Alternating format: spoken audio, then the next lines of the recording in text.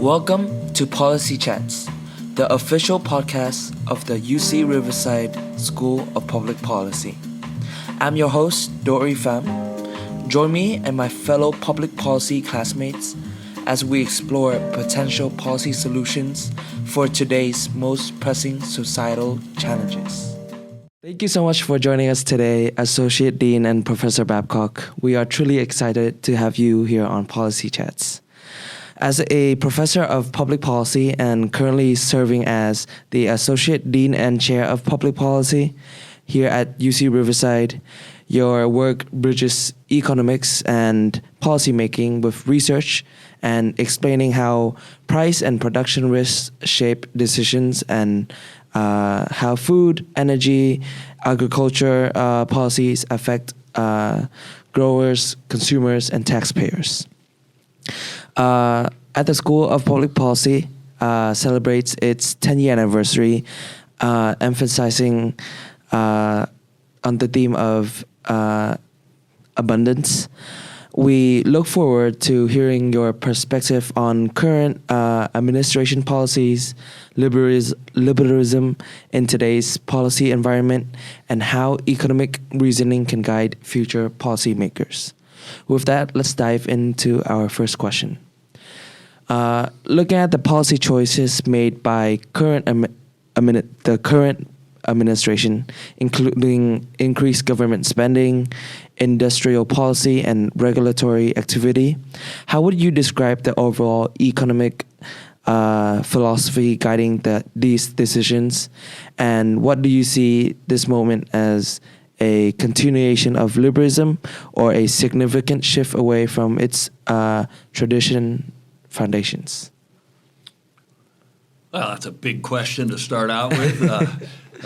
Thanks for having me. It's a pleasure to talk with you about policy. I think the biggest break with the past that this administration has brought aboard is maybe not so much with the actual policies that are being advocated, some of which are kind of a continuation of what Republican administrations have looked for in the past, but rather the biggest change is due to a change in the way that policy choices are made. In the past, the policy choices have been part of a very deliberative process. And the agencies of the federal government have relied on data, evidence, science, logic, economics, evidence that a policy will have a particular impact on society, and the decision whether to go forth with it or not, although influenced by politics, is generally justified or grounded in science, data, and facts. This administration's policies are more driven by almost the whims of one man, the president. If you just look at his cabinet and how they treat him, they don't say no to him. And so I think it's the policy process rather than the particular policies, with the exception of major changes in, for example, NATO and tariffs, and it's more on the international side where big changes have been made. But it's the lack of deliberation and reliance on science and data, I think, is the biggest change that we've seen. And you asked about liberalism. Let me just comment on that. Liberalism came out of the Enlightenment back in the 15, 16, 1700s. And our Declaration of Independence and our Constitution and our founding documents are like the ultimate achievement of liberalism in terms of power to the people, not to a king, checks and balances. No part of government is too strong to take over the liberties of individuals, and it's the primacy of the individual in the United States, which is really the dream of what our founders wanted. And we haven't followed that exactly through our history, But the rejection of it by voters in electing this administration, the idea that no one man or one a party should dominate life has been a bedrock principle of the United States, and it was kind of rejected by voters. And so we're entering in an age of anti-liberalism, I believe, and the effects of that on policy are hard to determine because what you have is policy driven by the desires of basically the president. So speaking of liberalism, liberalism has historically emphasized market mechanisms alongside targeted government intervention. How does the current administration's approach compare to earlier liberal policy eras, and what economic assumptions seem to underlie today's policy framework? Yeah, you're exactly right. Liberalism and the biggest advocate for liberalism was Milton Friedman. He espoused a philosophy that the more decisions that are adjudicated, if you will, or managed by by markets, the less there was a need for government to step in and decide in favor of one party or another. So you had the anonymity and the neutrality of the market making those decisions rather than bringing the heavy arm of government into play. And he thought that that was a great aspect of liberalism, the reliance on market and not on government for the protection of the the Bill of Rights, the personal liberty. So when we move away from having markets decide things and empowering government to decide, the real risk is that the power of government will be taken over by someone who doesn't believe in the American founding documents. And so, the philosophy of reliance on markets has its core justification of personal liberty. So that is why we have embraced markets rather than government. With the current administration, even though they're Republicans, and you normally think of Republicans as being in favor of markets and not government, this administration is a very much more activist administration, and it's almost approaching rather than a capitalist, or capitalism as the guiding kind of economic philosophy that guides our growth. It's almost state-sponsored capitalism, where the federal government is choosing which sectors are favored, which sectors are not favored. Much like China is, we're starting to emulate China. So China has a very heavy role in deciding which sectors of the economy get credit, which sectors of the economy are favored, and they've been primarily export-led sectors. In the United States now, we're getting the state deciding which sectors should be favored. So, for example, fossil fuels. We're subsidizing fossil fuels when I teach that we should tax goods and services in the United States that cause negative externalities, for example. And the biggest negative externality of fossil fuels is the loss of life. And so if you allowed markets to work, or if you allowed what I would call economic theory to work, that you should probably account for the costs of fossil fuels when you're deciding whether to support them or not. But those costs in the current administration don't seem to play any role at all. In fact, the Environmental Protection Agency just announced that they're going to ignore lives lost to PM 2.5 air pollution when they're making air pollution regulations.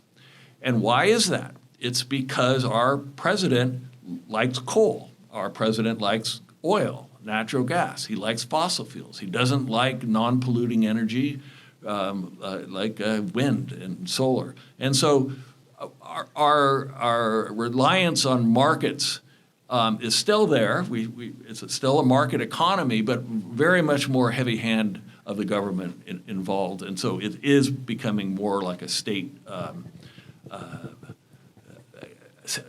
I guess the phrase is state capitalism. I see. Thank you so much for your insight. As a follow-up, so you said the government are favoring the sectors that they are favoring some sectors other than others, just like China is doing. And in my perspectives, like China has been growing so fast and so much for the past 10, 20 years that they've become like a big economic powerhouse. And so, of course, that growth comes with its trade-off, which is, air pollution and bad air for their citizens and so much more negative externalities. So do you think Donald Trump is trying to replicate what China is doing by fastly growing its economy to maintain its number one status, and at the same time having the trade-off of air pollution, having the trade-off of those negative externalities that you mentioned? I don't think our president fully understands the trade-offs as you described them. I mean, it doesn't register with him. What he admires in China is the Chinese leader having what he calls absolute control over Chinese society. So through the Communist Party, it's really they have strong control over both the economy and people's lives. A lot less, of course. The reason why China has grown so rapidly is that they loosened controls and started relying on markets and allowing people to emigrate to cities, get bigger, get jobs, and they allow markets, and that exploded Chinese growth. Ironically, China is their decision, which sectors that they are favoring are, it's what? It's green energy, it's batteries, it's solar, it's EVs. So they see that their reliance on coal is counterproductive, and they are making a huge transition. So we're not emulating China. We're going back to the age of that dirty fuel and dirty energy somehow is manly. I don't know. I can't explain it. But I just saw a graph today about California and how the vast majority, more than 50% on a typical day of California electricity in the middle of the day is provided by solar. And then the utility scale batteries that that are used to charge up during the day continue to power our grid into the evening. That's a tremendous accomplishment for those of us who believe that there are huge negative externalities from fossil fuel. That's a tremendous accomplishment. And that is driven a lot by Chinese manufacturing because the solar panels and the batteries are being led by China. Why? In part because the Chinese leadership decided to emphasize green energy and solar panels and batteries. So it's pretty interesting. But that success that I call a success because it's managing negative externalities of air pollution and climate change from fossil fuels is thought of as a weakness by our current administration, and it's thought of as a weakness because of one man. So getting back to the policy process, our state capitalism that I described earlier is really being driven by the whims of one man. I hate to say that or conclude that, but I've been teaching this since an introduction to public policy, PBPL 001. I've been teaching about creeping authoritarianism and warning that we had gotten from Hungary, from Poland, from Central Europe about, what are some hallmark signs of authoritarianism, and we're seeing those signs. It's a strong man leading the government and making these policy choices based on his whims. As far as I can understand, he doesn't like wind energy, right? He tried to kill a 90% completed wind farm off the northeast coast. Is 90% completed, was going to power hundreds of thousands of homes. He killed it. No deliberative, rational policy process would result in something like that. And why doesn't he like wind? Well, he has a golf course in Scotland. They put a wind farm off the coast within sight of his golfers, and he didn't like it. So he's been against wind since then. That, to me, is not a deliberative, evidence-based process by which we decide, which energy sources are best for our country. I see.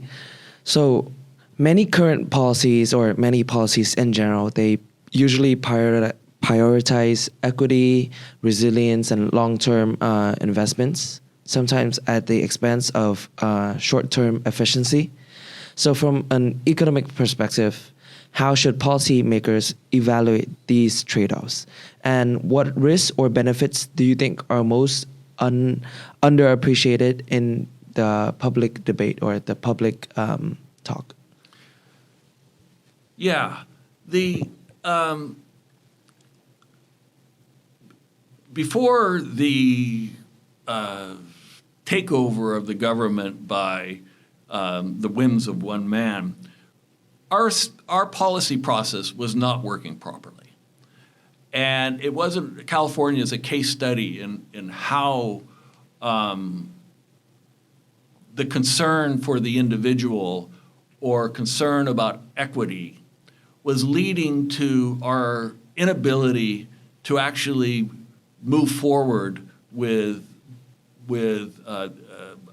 infrastructure investments, housing investments, long-term investments that actually made life better for everybody. People began to believe that. So what we did, part of the hallmark of a liberal society is rule of law.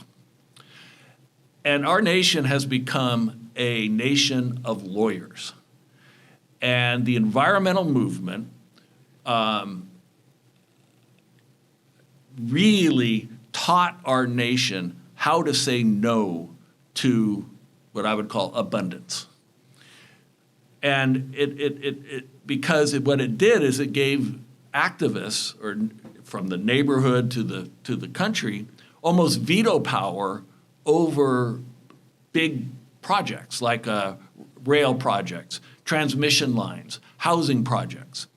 And because of the rule of law, we wanted a deliberative process that I described earlier, and we've taken that to the extreme of giving so many veto points to moving forward that we quit being able to function as a society and making kind of policy choices that are move society forward. We got stuck, and I believe that that was one reason I believe that the voters rejected liberalism, is because liberalism was failing, because we took it to such an extreme of giving so many people so many veto points over what I would call progress. I'll give you an example.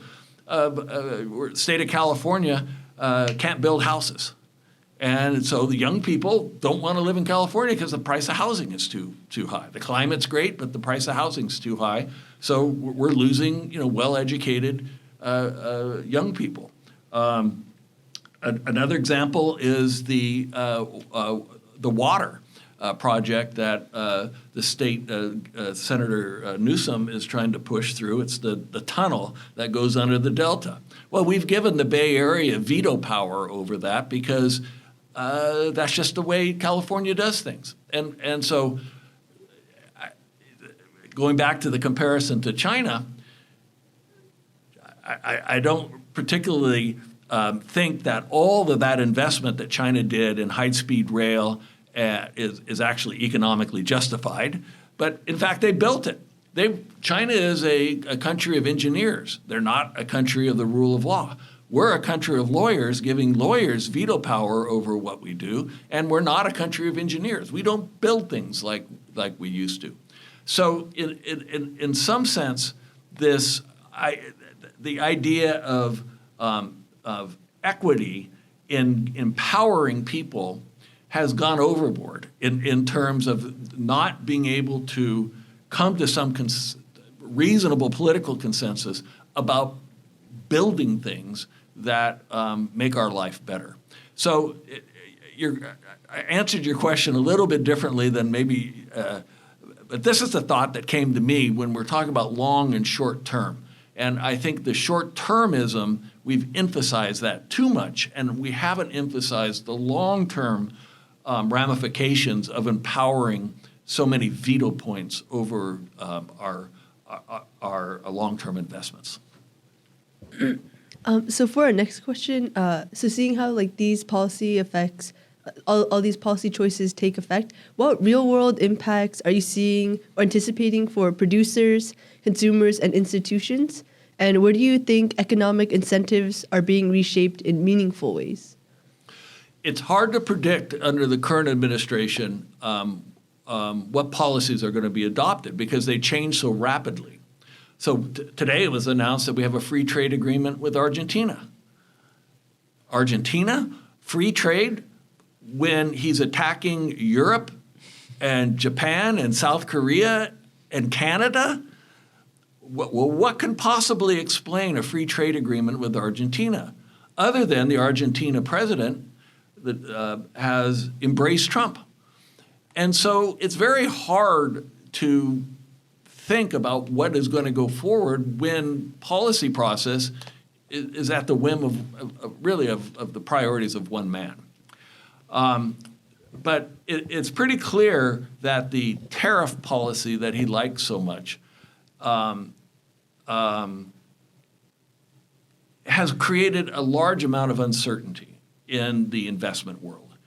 And so that investment is trying to, profitable investment now depends not only on economic fundamentals, but on is this favored by Washington or not favored? And so instead of markets and finance determining it, it's markets, finance, and even more so politics than it ever has been in the past. That's one area of uncertainty and less reliance on market fundamentals for investment purposes. The other big question mark is the policy choices, how it's going to affect each of us, is the tearing apart of and degradation of our alliances, with long-term alliances being Canada, the UK, the EU, the OECD, which is the collection of Western democracies. That system of being able to count on each other is being blown up. I think that is going to have much longer-term ramifications for daily life in the United States than we realize if that continues. Getting Canada mad at us and denigrating Canada and NATO and threatening to attack Denmark, that's a hallmark that this administration, and it could be the people that vote for him, want to see a return to spheres of influence. Russian sphere, the Western sphere, the Chinese sphere of influence. That could be calamitous, because we saw what happened when the last time we had spheres of influence was blew up in World War I and then World War II. And that was just calamitous, millions of people dead. And so I think that's the biggest danger, if you will, of this change in priorities of moving away from liberalism into what I call authoritarianism. I see. So, in response to these shift and this current administration policy choices and its effects, how is the UC Riverside School of Public Policy adapting its curriculum to help students analyze its, the current administration and all that's happening right now, policy making, particularly in the role of economics and in evaluating liberalism and market intervention and policy effectiveness? Yeah, over the last 3 to 4 years, we have decided that policy undergraduates and graduate students need more training in ability to use data to make arguments. And so what that is called is bringing evidence to bear, whether or not it's in an advocacy role, in an analysis role, in a policy formulation role, is that when you rely on data, evidence, and science, that you're more likely to have a more well-informed policy process, a set of policies that actually achieve the objective that you want to achieve, and it consistent with the idea that the policy process is informed by rationality. I'm not saying the policy process is rational, because you have to have politics and you have to have the people willing to go along with policy choices. But the policy process is a marriage of politics and political science and data, science, analysis, and rationality. Okay, so it's a kind of a mixture of what people want in policy, but also what's achievable and at what cost. And so what we've done in designing the curriculum is to make sure that we keep the politics part integral to policy, because that's never going to go away. But we're buttressing up the data analysis and the economics analysis portion. So in our undergraduate program, we now have basically a 3-course sequence in data analysis. We now require computer programming. We require a math course. We require students to take upper division policy electives that are, well, they're major requirements that emphasize the marriage of politics and data analysis. At the graduate level, we've added a data analysis course, and how do you provide evidence? How do you design it's called research design. How do you design data collection in order to answer a policy question? And then we've added another economics course to our curriculum. So what we're trying to do is enable policy students to be better able to grab data, make persuasive arguments based on rationality. However, I know, and I teach, we all teach, that it's not just rationality in science that dictates policy. It's also politics. So it's really that. And our 10-year anniversary that our Dean Mark Long has decided the theme of it is abundance. Because even before this current administration, we were running out of abundance. That is, we didn't emphasize the idea that the size of the pie is a good thing for people, that that building housing is good for society, that building transmission lines to interconnect different regions of the United States in a grid lowers costs and increases resiliency. We didn't realize that, and so I think that under our dean that the theme of the School of Public Policy is more let's adopt policies and analyze policies that lead to more efficient and abundant society. Yeah, thank you so much for your answer, and thank you so much for the insight on how the UCR School of Public Policy is changing and adapting its curriculum to the current situation, and how it's preparing a more well-rounded and more equipped graduate to advocate for policy. So looking ahead, do you think that the public policy major should integrate more economics and political science into its curriculum in order to help these students,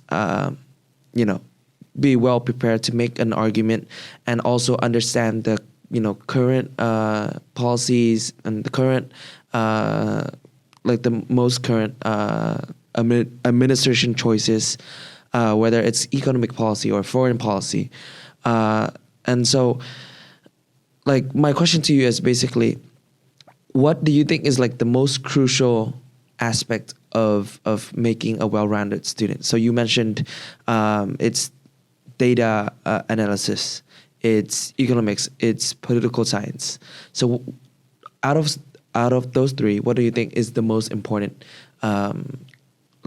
focus point? At the undergraduate level, I believe that a liberal arts education that includes economics, science, statistics, data analysis, computer science is what every student should aspire to. I really mean it. Now, I know students don't like to hear that. There's some in the humanities and some in the pure science.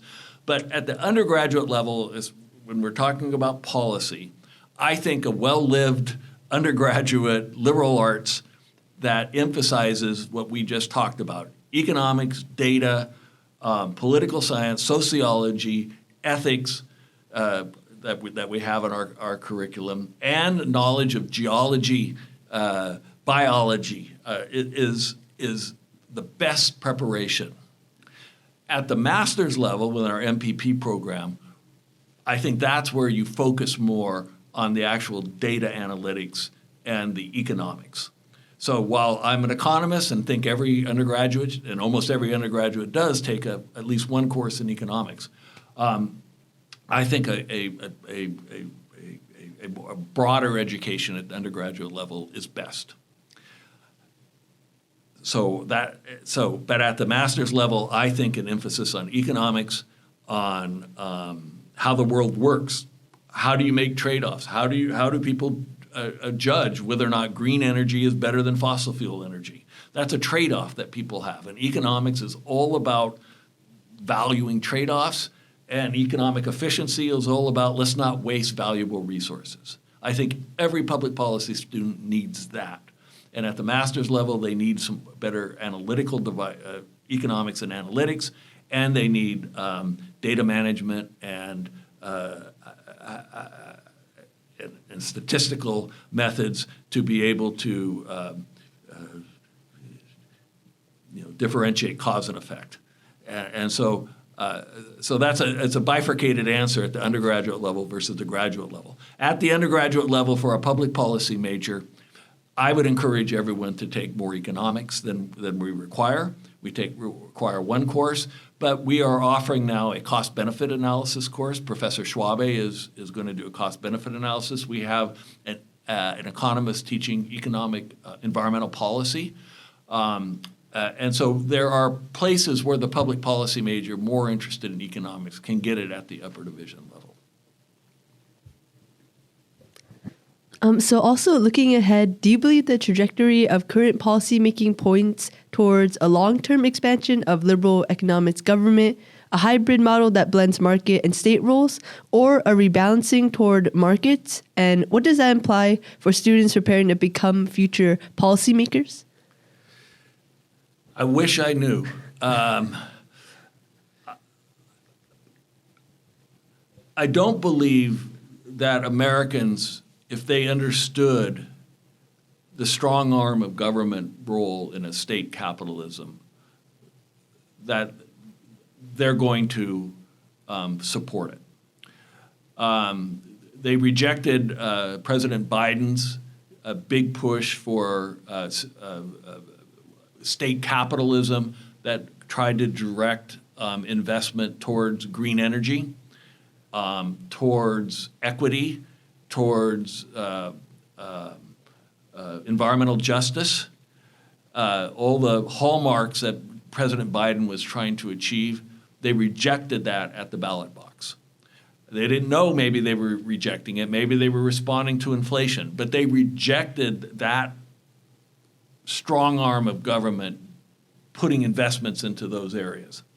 I think they're going to reject the Trump administration doing the same thing of trying to direct capitalism. I just think Americans are going to reject state capitalism. I don't know what will replace it, though. Is it more? I doubt it's going to be more reliance on free markets. That has gone. There are no advocates for free markets anymore, hardly in the United States. You don't have the Democrats advocating for free markets. You don't have Republicans advocating for free markets. Nobody is advocating for letting markets decide. It's not clear to me what's going to happen. I wish I knew, but I simply don't. So you're saying both parties are going towards a trajectory where it's more government intervention and less market-based policies. And so do you think that because in economics people assume that people are not rational, and so that therefore it requires government intervention to fix those markets that are have those negative externalities, or those markets that are weak. For example, the current administration is putting tariffs on a certain amount of goods and services in order to protect the local businesses. And so do you think that market-based policy will be better in the long run, or do you think that government intervention to help those market that still needs help to steer them back into the correct course? And so which one do you think that is better for the long run? Well, economists have studied the proper role of government in the economy for a long time. Yeah. And economists recognize that there's market failures. So markets don't take into account externalities. Markets underprovide public goods. When you have buyers and sellers with different information sets, that markets don't work efficiently. Economists also know that government plays a crucial role in allowing markets to function. The government sets the rules of market transactions. It sets the legal system and protects property rights. So there's a fundamental role for government in a market economy. That is, a market economy won't work without a lot of government intervention. I believe that Joe Biden and Donald Trump and presidents past have sometimes used that language of economists of market failures to justify very large state interventions and that weren't justified by economic theory and market failures. And it could be that politicians who are most interested in getting reelected and getting elected, that's their number one goal. If enough Americans reject the idea of strong government intervention, I can see that from the Democrats now are starting to see what they call the chickens come home to roost. They were advocating for strong government intervention in the economy, but when it's taken over by a leader that they oppose, they see that empowering the government to make such strong decisions can undercut their own personal liberty. So it could be that Democrats are back from the brink and are going to start advocating for more classical liberalism. I I don't know. This whole idea of abundance, in some sense, is a sign that Democrats know that their model of what the government should do wasn't giving people what they wanted. And it could be, I don't know, that Republicans that are in lockstep with a leader that has his own views of state capitalism, that they also are going to say, well, I thought we were the party of strong personal liberty. I thought we were the party that was pro-Second Amendment, that was pro-Constitution, pro-First Amendment. I thought we were the party of free speech. And we were the party that advocated for strong controls against illegal government coercion and searches, the Fourth Amendment, and the Fifth Amendment, takings without due compensation. But the Republicans used to be known for that. The current government is violating those basic tenets of what it meant to be a Republican. So you're seeing some backlash from Republicans too against the idea that a strong federal government is something that is that works for society. So it could be. So this is my optimistic sign that you see Democrats rejecting the strong state capitalism that wasn't justified by. That could lead to counterproductive results. And maybe you're seeing the Republicans say, well, how can we support a president that doesn't seem to really like gun rights for all Americans, that supports illegal search and seizure, that doesn't support free speech when it's Democrats that are speaking out against his policies. So I'm hoping that we get a backlash against both ideas, because you got to remember, I'm a classical liberal.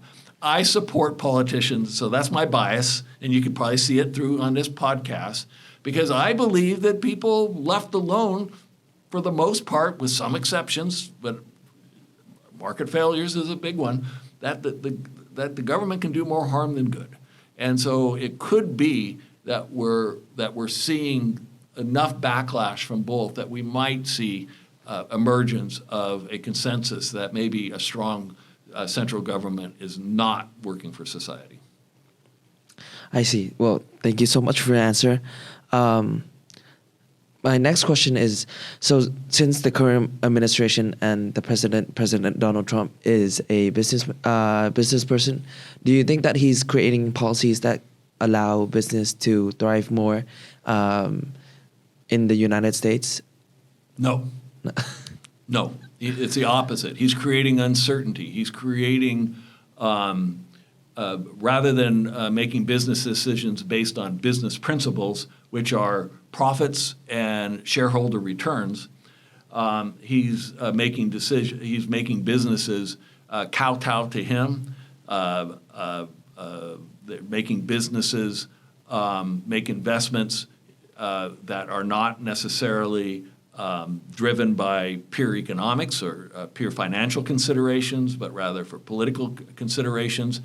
So you got to remember where Donald Trump and business intersected. He was a real estate developer, and that has its own type of business. He didn't really make anything, right? He developed real estate and put his name around it. So the idea that we have a businessman doing pro-business things in the White House is just wrong.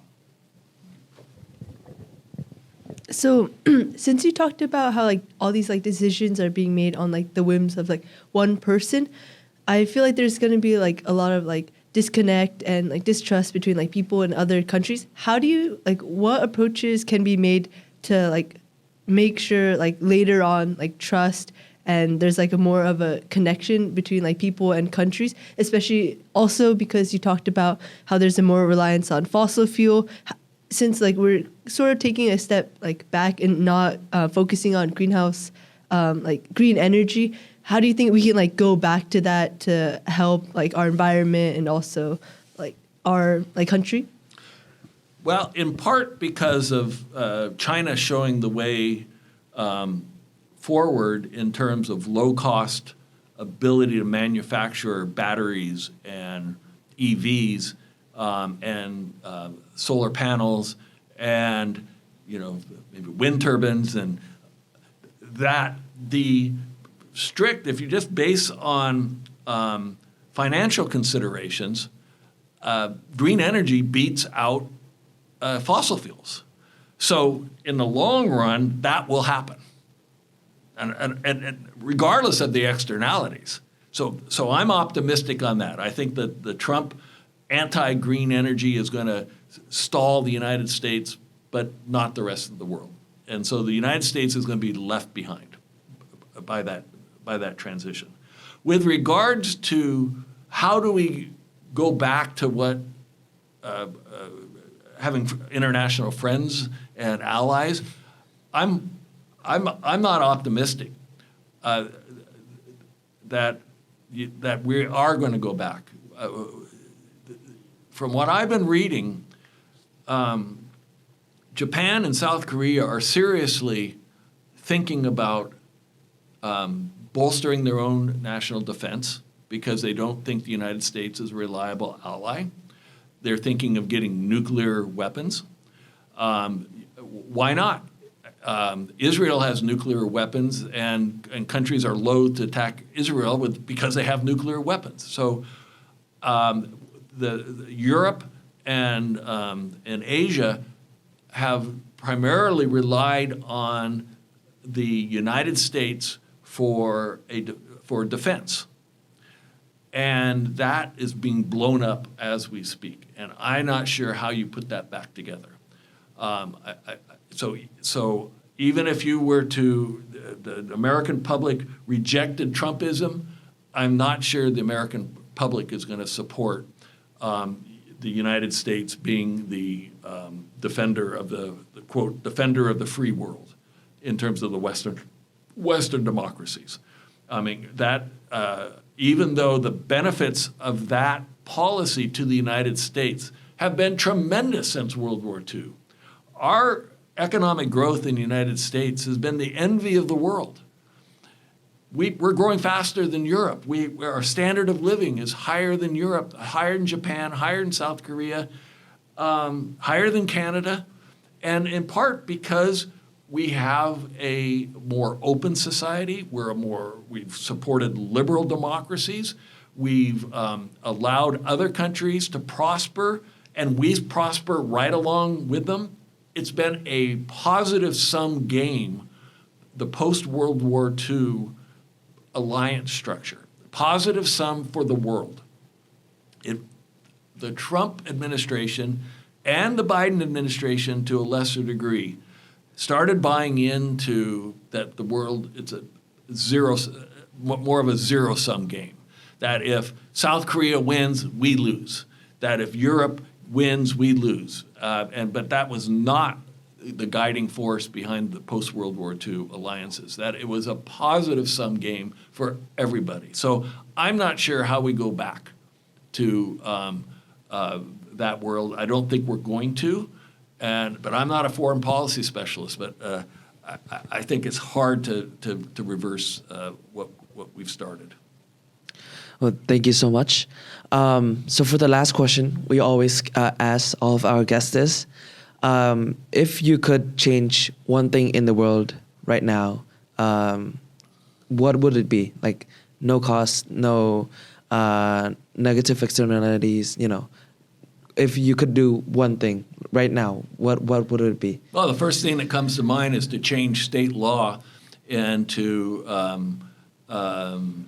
encourage planting of native plants for landscape around urban and areas. The reason for that is I'm a big advocate of the natural world, and native plants in California are the foundation for insect vitality, birds, mammals, the whole natural ecosystem. And as we're destroying, as climate change kind of transforms the native landscape in California, a greater reliance on those plants that support the insects and the birds and the mammals has got to come more from urban areas. And because native plants are drought tolerant, they grow without much care. And you see it here if you noticed up at the hub area, there's the native plantings that are just up in the upper level of the hub area. Those are all California native plants that thrive with almost no water, little upkeep. You got to trim them a little bit, but they support a tremendous ecosystem. And so if I had one thing to do, I would change policy to encourage people not to plant imported plants like palm trees and hibiscus plants and plants that aren't native to California. I would see landscaping, get rid of the lawn, start planting sage. Get rid of the lawns, plant toyon. And I think the world would be a much better place. Well, thank you so much for your answer, and I think that is a great way to end our podcast. Thank you so much for spending time with us, and it was so insightful talking to you and all of the policies about the current administration, and as well as how the School of Public Policy is adapting its curriculum to